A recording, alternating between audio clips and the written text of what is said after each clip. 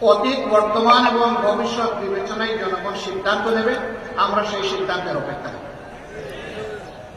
তাহলে সিদ্ধান্তটা আসবে কিভাবে? অবশ্যই নির্বাচনের মধ্য দিয়ে। সেই নির্বাচন হতে হবে সুষ্ঠু, অবাধ এবং গ্রহণযোগ্য। এখানে কোনো পেশি শক্তি অথবা টাকার খেলা চলবে না। এই রাস্তা বন্ধ করতে হবে। এই রাস্তা যদি বন্ধ করতে হয় তাইলে কতগুলো প্রয়োজনীয় সংস্কারও আনতে হবে। সেই সংস্কারে সরকার হাত দিয়েছে। আমরা সরকারকে অনুরোধ করবো সংস্কারে গতি বাড়ান। সংস্কারে গতি বাড়িয়ে মৌলিক সংস্কারগুলো করে একটা সুষ্ঠু নির্বাচন জাতিকে উপহার দেন। আপনারা যেন ইতিহাসে স্মরণীয় হয়ে থাকতে পারেন। আপনাদের নিজস্ব কোনো এজেন্ডা থাকবে না। এজেন্ডা, জাতীয় এজেন্ডা একটাই, যে একটা সুন্দর সুষ্ঠু নির্বাচন আপনারা উপহার দেবেন।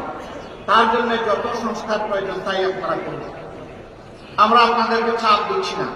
আবার অনুরোধ করবো